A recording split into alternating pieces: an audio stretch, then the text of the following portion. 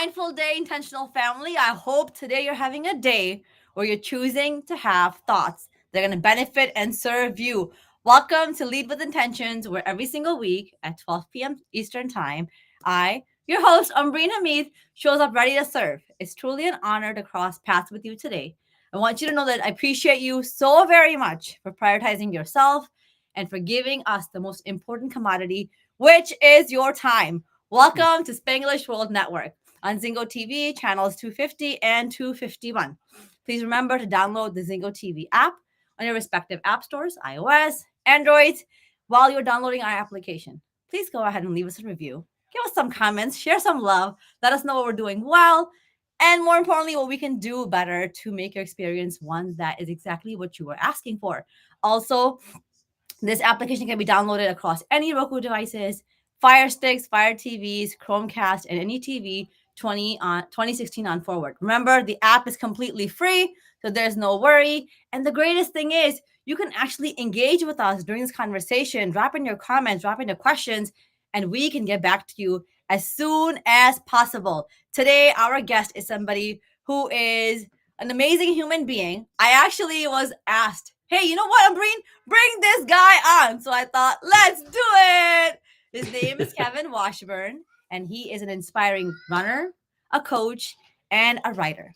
From elementary to graduate classrooms, Kevin has dedicated himself to education and has coached numerous individuals to achieve their first 5Ks and beyond, living with his talented wife, Julia. He finds joy in cycling, swimming, weights, workouts, architecture, music, books. Wow, you are already seeing why I brought this man on. And he really wants to, pour into this world. He's somebody who really challenges us to really break past the barriers of resilience. And I think he would be an amazing person for you to actually listen to. Also, remember to take those notes so that way we can go ahead and grow into our best versions. Welcome to the show, Kevin. Wow, thank you. Thank you for that wonderful introduction, too. I'm happy and thrilled to be here. Love it. All right. So we started to start off the show and ask, tell us something about you. Who are you? Okay. Yeah, my background is in education. I have been in teaching ever since I graduated from college. And I entered education because I love to see people grow. And nothing is more exciting than watching somebody grow, which led me then to doing some coaching and running, which I ultimately led to the book that you referenced a moment ago. Yeah, that's me. I love to see people grow, and it doesn't matter the arena, but seeing people strive and improve themselves, grow into their potential. I love that. That's super exciting for me. Well, that's exactly why you're on the show, because here we like to lead intentional lives. So if your purpose is to actually push people past their barriers and really challenge themselves to grow, then you are in the right place. And I hope all of you as audience members who are listening and tuning in really do find a lot of value from today's conversation. Tell us, what does it mean, Kevin, for you to live an intentional life? Yeah, that's a great question. For me, that comes down to meaning and purpose, and knowing what. A few years ago, actually, I went through the process of actually writing a mission statements for the various areas in which I was working, and that was really, really helpful to sit down and go, okay, what are my values? How do my values relate to my teaching? How do these values relate to my coaching of runners? How do these values relate to my work in other areas? That was really, really helpful to just take the time to go, okay, what is it really trying to do? And to recognize then, okay, now I have direction, I have purpose, I know why I'm doing what I'm doing. For me, that's a really big thing, right? That to me, that is being intentional. When I work with teachers, a lot of times in teacher training, I'm real big on, I want you to understand why we're doing what we're doing, not just go into your classroom and do it because someone suggested it was a good idea. Knowing why we're doing what we're doing is what helps us be intentional, and intentionality is all about decision making. I'm going to choose this, and I have a reason for choosing this rather than that. And so that has been significant for me. That idea of purpose and meaning, really, really important in all the things that I do. Brilliant. So tell us, you went on this journey of being like, hey, what are my statements? What are my missions? What am I declaring to myself? What did you find were the values that you're living by, Kevin? Yeah, growth was one of the top. Kindness was one of the top. And then the whole idea of potential, which isn't really a value, but it's kind of a driving force. Mm-hmm. Those were the three main things that stuck out as I went through the process. The process was really interesting. I was following a process suggested by another author, and I had a list of values, and once you get that list, the suggestion is limit it to three. If you only could choose three, what are those three? Mm-hmm. And that was really, really difficult, but really, really insightful. And again, you're thinking that through and making those decisions. That in itself is an act of intention. But that's what I found. And so the whole idea of kindness, growth, encouragement, potential. That's what I'm all about. I often tell people in my coaching of runners, I'm a great coach for someone who's doing their first whatever, their first 5K, their first marathon. For whatever reason, I think I'm gifted in such a way that I can help that individual who's striving to do something for the very first time. I work with experienced runners too, but there's something about helping people who thought they never could do something achieve that I think just brings out the best in me in terms of my interaction with them and how I help them, get across that finish line that they never thought they could reach. Yeah, I love that. I love the journey of discovery, right? You Mm. talked about decision making and discovery. And so I want to ask you, you've done this exercise, and for every single person who's listening, this is when you jot stuff down, you write down, what are my values? And really just like pour in is what Kevin is saying. Pour in and identify three values. And you all know how big I am on like three things, three this, three that. So same exact pathway. Identify three values that are authentic to who you are. Mm. And then you start to live into that, and that becomes kind of like the baseline, those pillars and foundations. Why did these three stand out of everything else that you wrote down, Kevin? Because they got me fired up. I don't know a better way to say that. When I thought about them, I got excited about living those out. And it wasn't that the other values were unimportant. They are. They are important to me. Honesty, authenticity, things like that. Very, very important to me. But in terms of finding drive and purpose for my work, these three just, two of the three immediately jumped to the top. And then it was choosing that what's that third one? Is it authenticity? Is it kindness? Is it honesty? They were all great choices, but then kind of landing and going, I think I am really strong at encouraging people. So I see that as a type of kindness, and so that was why I chose that third one. But it came down to, when I think about each one of these, which ones light a fire in me, and that's how I made those choices. Well, we love to light things up here, so you got the right answer. There's no perfect way of saying things. I think one of the things that I really want every single person who's tapping into your greatness, Kevin, is to know that this is who you are, this is how you speak, and it's all good. We embrace all of it. And I think that is something that the audience here, they recognize, right? Every single one of us may not speak in a specific way, but that's what makes us uniquely us. Okay. Yes. So what's one personal thing that you would like to share with us so we can all get to know you a little bit better, Kevin? Wow. Let's see. I'll go with this. I'll go with this one. I am not your typical writer. I do not research for years and become an expert in something and then write a book about it. I developed my expertise through my writing. So people ask me, do you have an outline for your next book? No, because I don't work that way. I have no ideas. I have no clue what ideas I'm going to find, what concepts I'm going to find, what strategies I'm going to come across. All of that unfolds as I tend to research and write at the same time. And the reason I do that is that I've learned that for me, writing is one way that I make sense of the world. And so I can come across these ideas from researchers, but it's not until I go, okay, how does this fit with this and this with that, and actually do it in writing, that I recognize the value and the meaning of what I've actually pulled together. Now, that does mean that as a writer, I do a lot of revision. I don't Mm. mind that. I wish that maybe I would be able to do it the other way, the traditional way. The way they taught us in school, right? Outline Mm. first, write second. It just Yeah. doesn't work for me. But because of the way that I do it, I do a lot of revising. Thankfully, I don't mind that. I think revising is a lot of fun. I'm crazy, I know. I think revising is a lot of fun, right? You're hunting for a better way to say what you're trying to say, and that improvement, that craft actually of Mm. your writing, again, is something that really fires me up. So I listen to podcasts sometimes where authors are or agents are interviewed, and I heard one recently say, if you're writing nonfiction, you absolutely must have an outline. And I thought, no, you don't.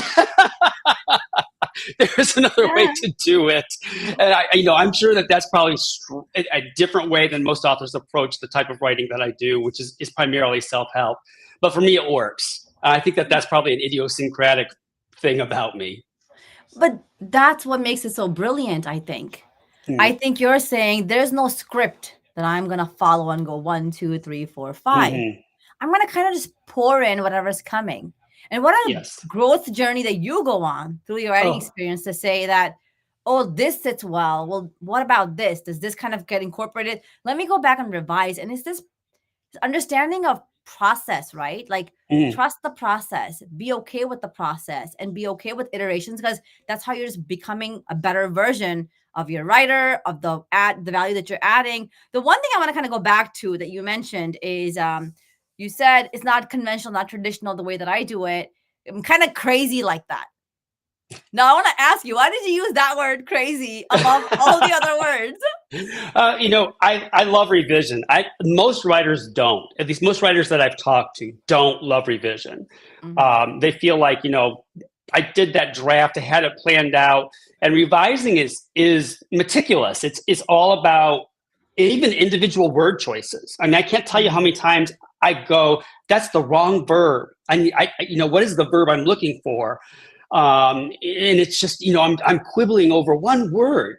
And so I think I mentioned that because I think I think a lot of writers will look at me and go, "You love revising? What's wrong with you?" But yeah, I actually do, and I've had an opportunity now to do just a little bit of editing with other authors, and I think that's a blast because you're working with someone and going, okay, what's the best way to convey this particular message? Where does the comma belong in terms of what you're actually trying to say, rather than trying to follow all the grammatical rules? Let's make sure that what Mhm. you're trying to say is clear. And I love all that. I guess that might be, I taught English for several years, and that might just be the English teacher in me. But yeah, I think that the draft is raw material. It's Mhm. like I tell students, I say, when you write your first draft, it's like you just took Play-Doh out of the can, right? It's Ah. there. You have the raw material. That Play-Doh can become anything that you probably can imagine.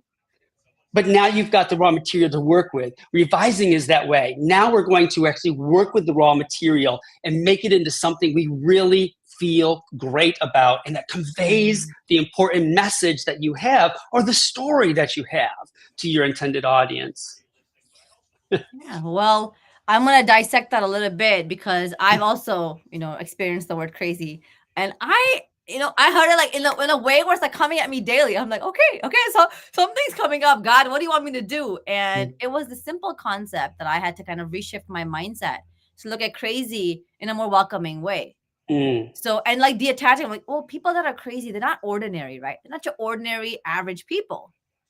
They're extraordinary. Of course, we're crazy, Kevin. And then and then going back to this understanding of where Steve Jobs, he's like, the people who are crazy enough to think they can change the world are the ones that actually do it. Yeah. And so, I hear that in your conversation, and the fact that there's a lot of intentionality, there's a lot of purpose, there's a lot of learning and discovery in what it is that you're doing. And here you are just embracing yourself and saying, you know what, this is just the way that I like to do it. It's the way I'm going to do it. And that's what's been working, And I think that's how success is following you so very much. And I love that. Mm. Thank you for that. Yeah, I love how you reframed crazy. And reframing is actually one of the things I talk about in the book. And that's the kind of thing you have to do. That kind of reframing is what will help you process and move forward. So I love the fact that you use that term even. I had to reframe crazy. I love that. Love that. Yeah. What is one thing that when you're talking about, kind of reframe, what is one thing you're helping your runners reframe when they're taking the challenge on for the first time to say, do I even have it in me to do this? Yes, great question. So I'll use an example for this. It is going to happen at some point in the training cycle that you're going to have a bad workout. Nothing's going to feel good. Maybe you're not able to finish the workout, or maybe you end up walking part of it, or there's something. And for new runners especially. Now, if you're an experienced runner, you kind of go, yeah, that happened today. It was a fluke. Tomorrow will be better. But new runners often go, oh my gosh, this must mean that I'm not ready. Right. And, it's kind of talking them down from that and saying, okay, wait a minute. This is one workout. Okay. Let's not look at it as you didn't complete it, that it was a failure. Let's look at it as a source of feedback. Now, if we look at this as a source of feedback, let's really analyze what happened. What happened in your day leading up to that workout? Did you have, if it was in the morning, did you eat breakfast before? Or did you, were you late and you skipped that? Was there anything that stood out? What was the temperature outside? Was it overly warm? Was it overly humid? Right? So if for example, let's go with that one. Let's say that the runner said, yeah, it was warm and it was humid that day. Okay, then what do we learn from that? What's the principle we can take from that? When it's warm and humid, like you were running, the situation you were running in, you probably need to reframe your expectations, right? You might think, well, I normally run this fast, but if it's this warm and this humid, you're not going to be able to. That's the one thing about running, is the weather always gets a vote, right? So you step into a race situation and you get up that morning and it's warm and humid. You don't go out and sprint that first mile, because you're just going to run out of gas. You have to adjust things. So they're looking back at the workout and going, this wasn't failure, it's feedback. Let's analyze it. Let's look at it. Let's figure out what we can, so that going forward, we can be more successful, because there's some information in there somewhere that if we find it and we address it, you're going to be more successful even tomorrow if you're running and it's warm and humid. And then what do you see with the people that you're working with, the runners that you're coaching? You talk about resilience as such a big part of becoming successful and the kind of attaining this level of growth. What do you think are some qualities that you can share with us for people who really want to know, how do I become more resilient? Yeah, that's a great Even question. if they're not runners, Yeah, oh yes. In fact, in the book, I address three major areas: our personal lives, primarily our social lives, like what happens when something goes wrong in relationships; our professional lives, what do we do when something goes wrong at work; and our physical lives. Those are the three areas that I address specifically in the book. And there are 7 practices of resilience. And I love this information because it is so practical. I think your audience will appreciate this too. So let me just run through those. The first one is start with the positive. That is a great story in the book about a Navy diver who was a bomb disposal expert on a dive, gets caught in some netting or some lines. I'm completely caught, all 4 limbs. And he talks about the fact that he realized he was trapped, but the first question that entered his mind was, what do I have going for me? And he thought, well, I'm breathing. That's good. Okay, what else do I have going for me? And he realized that the fingers on one of his hands, he still could wiggle. And so he thought, okay, if I can wiggle those fingers, perhaps I can loosen the line on that side. And obviously, he lives to tell the story. But he talks about starting with the positive and seeing that as a cascading positivity. And I love that term. Starting with, instead of, oh my gosh, this is awful, which honestly, if I were diving and trapped, I would probably panic a bit. But, stepping back from something that's not quite that as traumatic, what do I have going, even though something went wrong, what do I have going for me? What is working in my favor? And he makes the point that, I love this, that by starting with the positive, he was able to problem solve rather than panic. I think that's fantastic and so very practical, right? When you catch yourself spiraling into negativity, stop and go, wait a minute, what do I have working in my favor? And you may just find your way then to a solution, going forward. That's the first practice, to start with positive. Second is gratitude. Express gratitude. Again, I love this. Gratitude has been shown to improve so many things. In fact, one of the things I tell my runners is if you're running a long distance and you feel like, somewhere in there you're just tired, you really kind of want to quit, I said, start thinking about the people who've helped you along the way and start thanking them. And thank everybody who ever encouraged you. Thank everybody who ever asked you about your running. Just anybody you think of, thank them. And what that research shows is that you actually develop grit. That by being grateful, you actually find grit. And I've had runners express that to me. Oh yeah, I was at mile 18 of the marathon. I felt awful. Started thanking people. I was actually talking out loud and thanking people out loud, even though they couldn't hear me. And before I knew it, I was at mile 24. It's like, yeah, exactly. Gratitude is extremely powerful. In the book, I tell the story of Harper, who really struggled with feeling like life was better for everybody else. Kind of that feeling you can get when you hang around social media for too long. And she saw a news report that night in the local news about a man who wrote one thank you note every single day. And she thought, you know what? I'm going to take some time away from social media each day, and I'm going to write a thank you note. And at first it was really easy.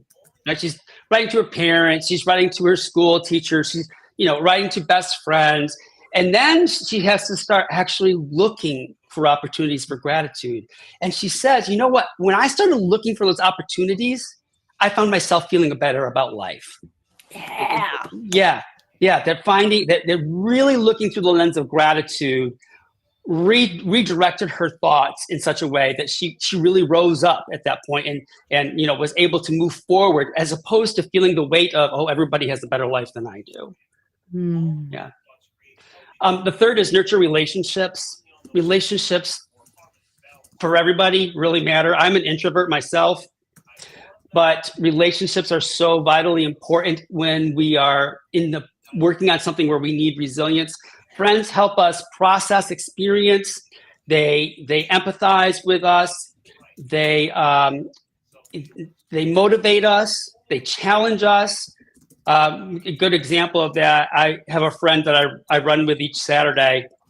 And about 2 years ago, I got diagnosed with osteoarthritis in my right knee. And I was whining. I was like, the doctor told me to keep running, but my knee hurts so bad.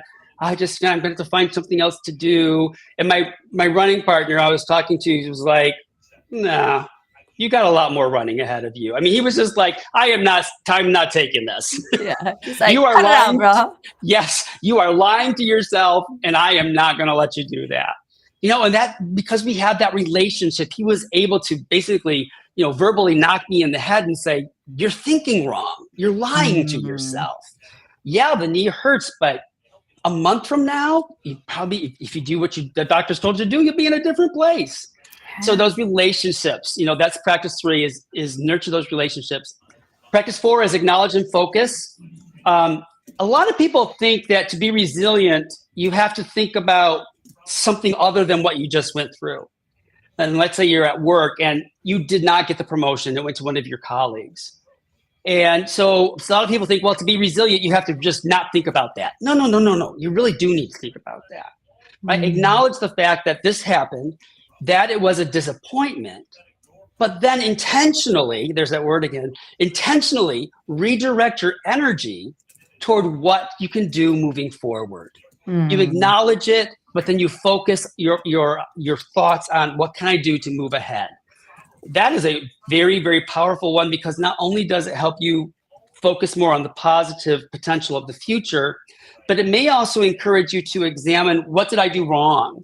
Or what would I do differently? Not wrong is probably the wrong word. What would I do differently?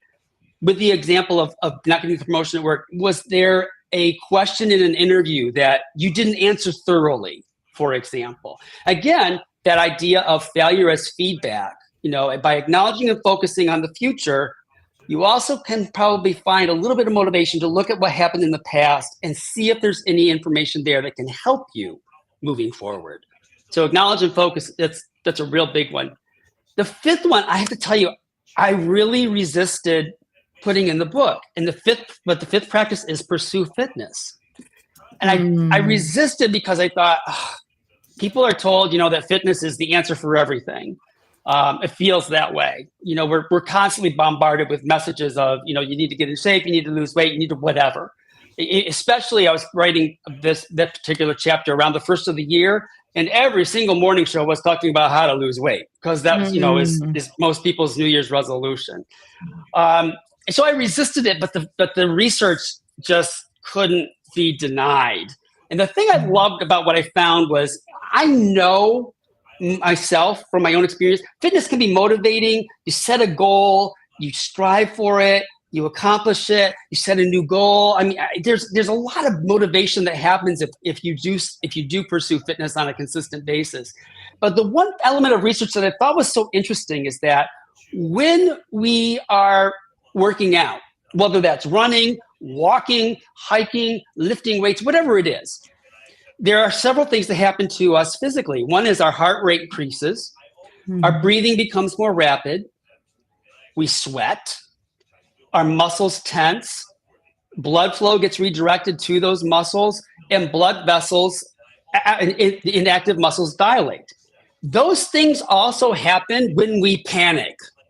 Okay, they're the exact same physical responses that we have to, for me, it's suddenly spying the snake in the grass kind of thing, right? It just, right? And now all of those physical responses happen. When you work out and those physical responses happen, your brain learns that, even though these responses are happening, it's okay, right? You're teaching, that to me was an amazing element from the research, that exercise helps with resilience, because it physically and mentally, the connection between your mind and body changes in that your brain goes, oh, I don't need to be alarmed just because the heart rate is up. I don't need to be alarmed just because there's sweat. And that to me was the whole reason I included it, was that research is just too good to miss. Six is find the funny. Humor, it goes a long way in uplifting people. I had a really close friend who passed away suddenly, unfortunately, in 2018, but he was hilarious. And we ran a marathon, his first marathon. We ran together. He ran across the finish line, and then almost immediately I had to get him to the medical tent. He was so badly dehydrated. So we were in the medical tent for a while. We finally get back to the hotel, and we were supposed to check out that day, but obviously we couldn't. He was just not fit to travel. And so I get the room key changed and all this stuff. I've got him, by my side. We're walking down the hallway to the room, and all of a sudden these waves of nausea hit him. And he just turns toward the wall, and he's just sick over and over and over. In between this, because we saw that housekeeping was in the hallway because their carts were there. In between these waves of nausea, he's shouting, "Housekeeping, I'm sorry, I'm sorry," over and over. Well, I get him into the room, and I'm like, "You sit down in the bed, don't move. I've got to call the front desk and let them know about what happened in the hallway." Did that. I turn around, and he's standing in the middle of the room with his finisher's medal on. I'm like, "What are you doing?" He's like, "Listen, you have to take my picture so I can put it on Facebook." And I just fell apart laughing. I mean, I'm sure some of it was stress release, but this guy knew how to find the funny and live into the funny, even in moments when, he just was a mess. And I learned so much from him about the power of humor to not only bring people together, but to also uplift spirits. And again, that's something that fosters resilience. And then finally, the last one, I know I've been talking about, the last one is recognize and avoid the traps. And there are 3 traps. They are personalization, the idea that, oh, this bad thing that happened only happens to me. I don't know why this happens to me. Generalizing, I failed in this area, so I might as well give up in this other area too, because it's not going to go well. And then permanence, believing any of those lies permanently, letting any of those lies live in your head. And those are the traps that can misdirect you because because you're basing your actions. Then you might be being intentional, but you're being intentional based on lies that you're telling yourself, and that will definitely affect your ability to come back from whatever the failure or the setback is. Yeah, so those are the 7 practices, that I found in my research that I think are great suggestions and strategies. Well, I love them, love them, and I was like, I wonder what he's gonna say. But when he started off with like positive, I'm like, all right, this is my kind of guy. He knows exactly how to live life, because in the most dire of moments, when you can really shift the mindset and say, you know what, I have so much to be grateful for. Let me just see what I could have done better. Let me figure out, could I have been mentally and physically stronger to tackle this, right? Is it, and then I think, the cherry on top is like, you have got to add so much fun and joy to life, because it will literally pass you by. I love the fact that you finished off kind of talking about, this understanding of personalization is like, why me? Like that blame victim mindset. And then generalizing everybody. Like people will say to me, like, every Pakistani girl is like blah, blah, blah. And I was like, no, like we're all not the same. We're really not, or like, right. This is the way it has to be, and that's it. And that kind of goes contrary to what you're talking about, that growth mindset, to really understand. Right. I want to focus back actually on number 5, where it's the pursuit of fitness, which I was like, a coach, a runner is like, I don't know if I want this in there, but when we prepare mentally, right? A lot of that mental game has so much to do with our physicality. So I really want, thank you for every single person who's still here listening and, hopefully getting a ton of value, because I am too. I'm kind of off here taking notes as quickly as I can. Is why do you think, that fitness piece is so important in the world now, in the lives that we live in right now? Yeah, that's a great question. I think, and I'm going to base this somewhat on my personal experience. So I mentioned that I had the osteoarthritis in the knee, and I realized at that point, I can't keep running the way I have been running. I'm just not going to be able to run as many times a week, as many miles. I mean, when I was training for marathons, you're doing 20, 21-mile training runs. And I just knew that was not probably going to be something I could do. So I had to find something different. So I went to the gym, and I was talking about possibly, joining the gym, and the attendant who was helping me couldn't get the computer quite to do what she needed it to do. So she called this gentleman over, and he starts asking me a gazillion questions. I mean, I felt like at some point, this is an interrogation. Why doesn't he just, sign me up? But he asks all these questions, and then he looks at me, he says to me, I think I might be a good trainer for you. I said, oh, okay. Why would you say that? He's like, listen, I've worked with other people who have limitations, physical limitations, specifically due to arthritis. I've been able to get them back to normal activity. I think I can help you. Now, at this point, I could barely bend my knee. And I was thinking, this guy is nuts. There is no way I'm going to be back to running anytime soon. Within 6 weeks, I was back to running.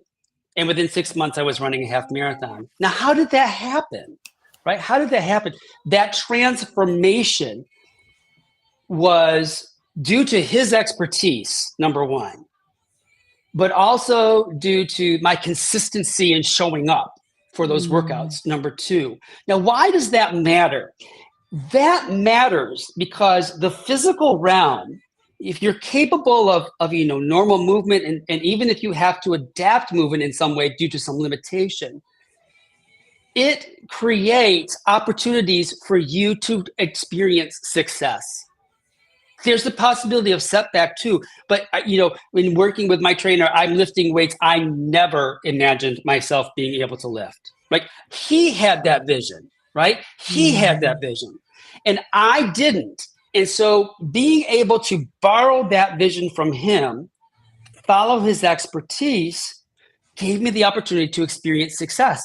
In the physical realm with fitness, if you pursue it, no matter what you do, it doesn't have to be weightlifting. It can be, some of the classes that are offered at the YMCA, swimming, whatever. You have the opportunity to actually see progress. And when you see progress, in your brain, the neural network that becomes aware of your forward movement, your physical forward movement, it lights up. And so any kind of progress, when we become aware of progress, that reward system lights up. And in the physical realm, you have the opportunity to do that. I think we need that because I think that there are a lot of people for whom success feels like 9 to 5 at the office and nothing more. And fitness helps you break out of that and realize, no. I'm capable of something more.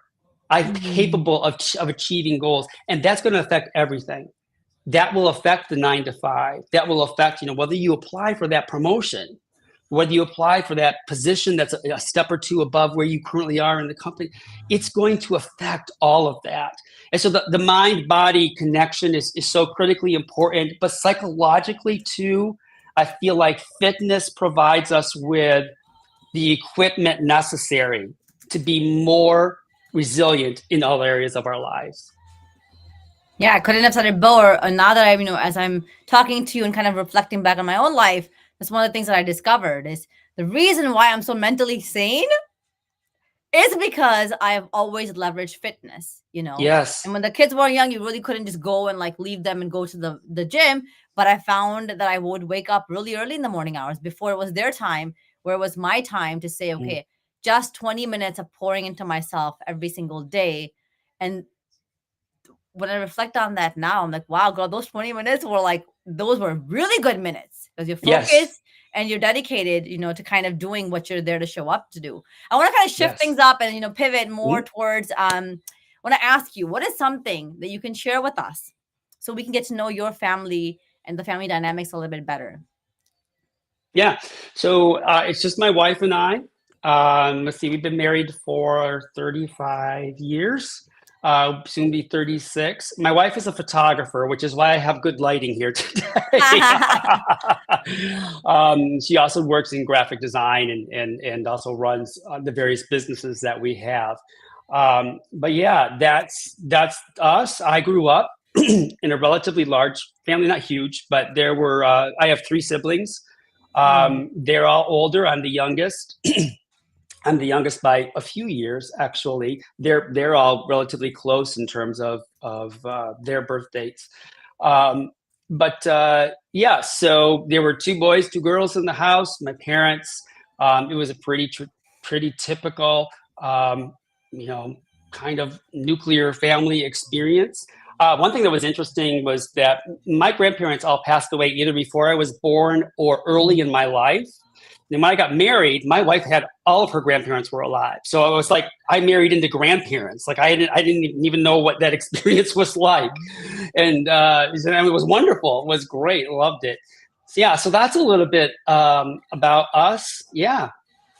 So you're talking about, and you're saying that the way that you grew up was pretty traditional. You came, there were 3 back to back, and then there was a pause, and then there was you.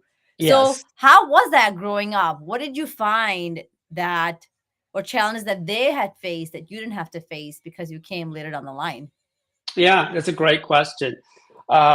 So one of the challenges was looking at their success and comparing myself to that, which, when there's that much of an age difference, it's a little ridiculous to do that. But that was a real trap of mine. Like I really got trapped in that thinking that I had to be at least as successful as such and such a sibling had been in this area, or I'm a failure, or, this with this sibling in this area. And that idea of comparison, and I don't know why necessarily that developed, but it was something I was almost constantly mindful of, especially as I got into late elementary and middle school and into high school. It took me a long time, honestly, to grow out of that. For even many years, even after we were married, I really, really struggled with that idea of comparison. And so that was one of the challenges. And I don't know whether that was because there was a gap between us in age, or whether it was just a natural consequence of being the youngest and having siblings who always did everything first. Like there were no real firsts for me.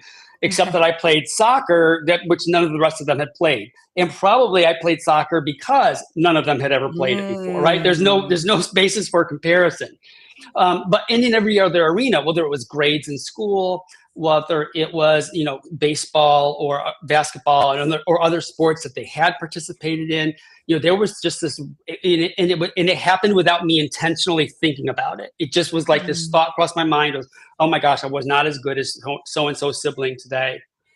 That's terrible. I'm awful. I'm never going, it's just it's a lie, and it spirals into more lies, and it's really, really destructive. So that was one thing that occurred as a result of, I think probably just where I was in the birth order.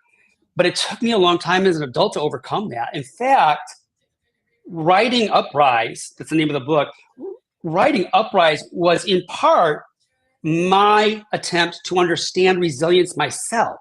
How do I grow? How do I continue to grow past this aspect of my psyche that holds me back sometimes? How do I grow past that? So yeah, that was part of the motivation for really diving into resilience like I did. Great question. Well, I appreciate your vulnerability first and foremost, Kevin. I think the people that come here, they're raw, they're authentic, they're people just like you and me, people who are actually watching and learning and growing. I really want to, kind of keep going at this topic. Reason being is comparison is the thief of joy. It sure and the is. world that we live in now, it's constant comparison to external things where you're like, this is not even real. Maybe it's a Photoshop, maybe it's a filter, maybe it's like 4 hours of work before you came on screen. How did you, and how could you help our audience members here who are listening? How could you give them some tools? What are some shifts in the mindset that they can have to really get past this concept of comparison? Yeah, that's a great question. For me, there was a friend who helped me think through the fact that the comparison did me no good. It didn't motivate me. It didn't make me feel confident. It really affected my confidence. And basically say to me, what is the value of thinking this way? Which was a good, hard reality question. And the answer is there is no value to this. It's a trap. I'm stuck. I don't seem to be able to get past this. So, that for me was the first kind of wake up call.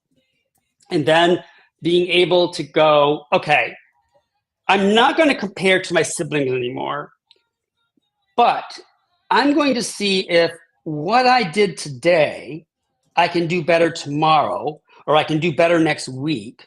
And so shifting the focus to, and what that does is, rather than making you feel like I'm lesser, therefore I'm less, I'm not as much of a benefit to the world or whatever, looking and going, you know what? Last week I couldn't do this and now I can, gives you the confidence to feel like I can be a source of positive influence in the world. It's a relatively simple sounding thing. It's not simple to overcome. I am not suggesting that. I know it's not simple to overcome. But the power of that shift in terms of, I'm not going to strive because I'm lesser, I'm a failure, to feeling like, okay, wait a minute. If I look at myself a week ago and I look at where I am now, has there been growth? Has there been positive change?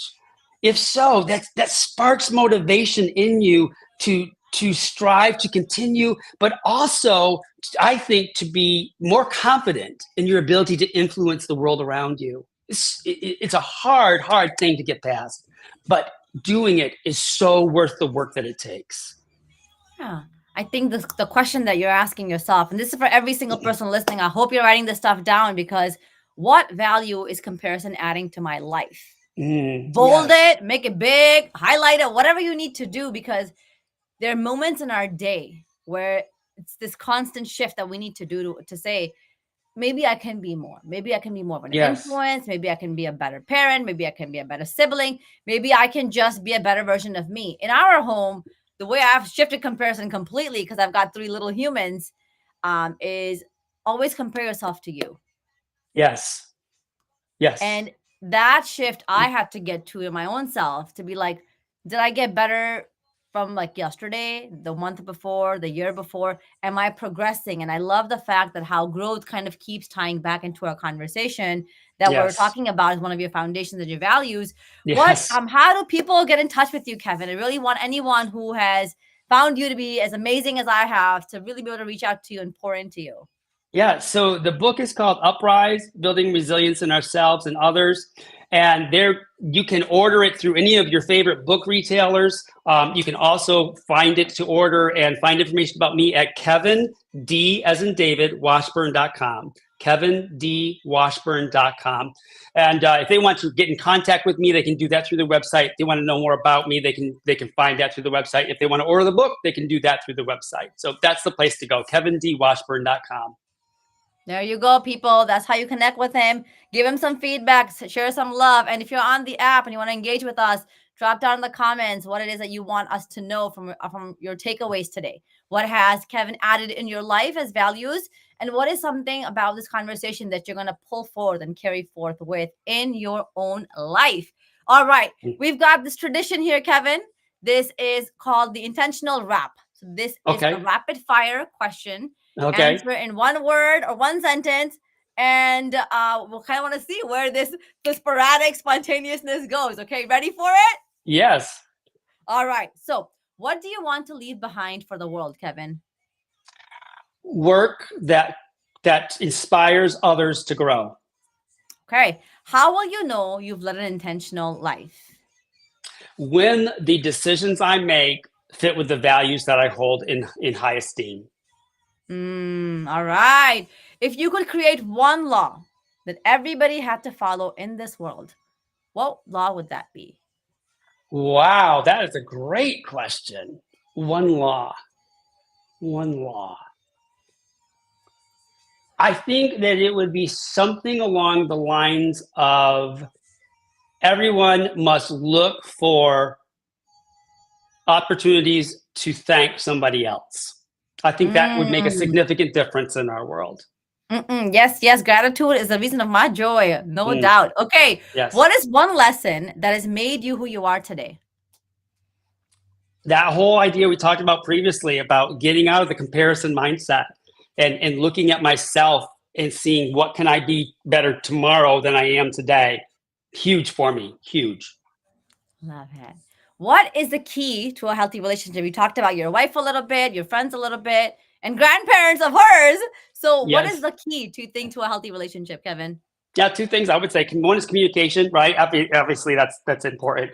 The second is friendship, and I don't just mean friendship with your spouse or significant other, but outside friends who can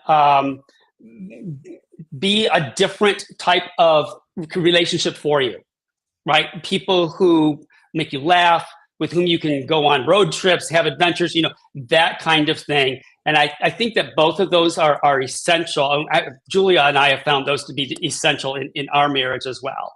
She's into photography. She's got photography friends. They're not. I know them. They're acquaintances, but they're not friends of mine. I've got running friends. Same thing. She knows them, but they're acquaintances to her. But to me, they're important friends in my life. Yeah. So, basically, realizing that in your life, even if you're a companion, if you're married, if you have kids, you got to really find out what those interests are. They're going to Mm, fuel you and give you yes. your own edge, right? And I think Yes. that time with friends, you're talking about, laughter and humor is one of those things. And that is something that you really do. Yes. You tap into in a very next level, versus when you are with your family. All right. What is one change that you want to see in the world and why does that matter? Mm. I would, we talked about fitness a lot. I would like to see people becoming more active outdoors. I think nature and being outside has a lot of good healing properties to it. For me, running is one way that I get to enjoy the outdoors. And I think that if everybody had that opportunity to be outside, to be active, whatever that means for him or her, I think that would make a difference in our world and even in some of the things we value and don't value. Spot on. I am all about nature. It is something that Mm. lights me on fire. It's like, yeah.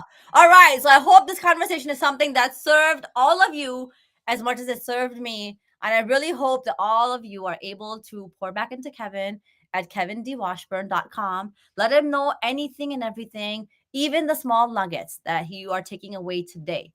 Yes. Remember, this show can be heard on Spanglish Radio Network. Please check out spanglishworld.ca for all the news and the programming. As we close, my prayer is that this show will embark you on a transformation path to be in gratitude, accept the unfolding of life, and commit to your values and dreams, which will allow you to tap into your own greatness. As I have Tawakal, which basically means faith in us.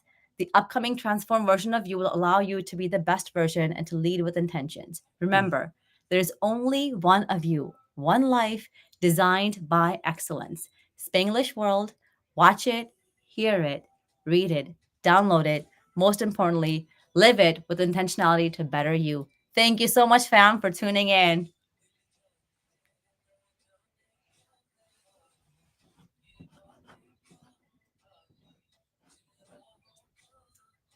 All right, we're gonna keep rolling. It seems like our back end needs a little bit more support here. So I think as we come to an end, Kevin, what is one thing that you want people to take away? Yeah. Don't believe the lies that echo in your head.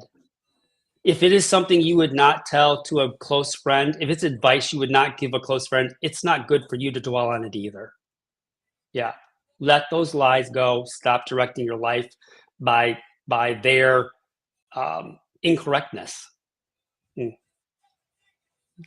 And if you can share with us, what's that one thing when you're talking about resilience that you've seen come up repeatedly in your own life? Oh my gosh, this is easy. I have a tendency to despair easily, and being a marathon runner, you finish that marathon and it's not what you wanted it to be. And oh, the world's a terrible place. And, and my wife would tell you, he is a grouch for 24 hours. And I fortunately have been able to spring back from that. But again, you can get trapped in that thinking, right? And you're a failure when you give up, and that kind of thinking pushes you to quit. If you haven't quit, you're not a failure. You're still out there striving. So don't fall. If you do despair, it's okay, but put a time limit on it, and then start redirecting your thoughts toward what is true. Redirect your thoughts toward the future, what is hopeful, so that you're able to move and grow beyond just the disappointment that you're feeling in the moment. Yeah, well, I think it's great, that you're mentioning that, because there is this one beautiful conversation that I have kind of done with, like, hey, if it's a pity party, make it just that.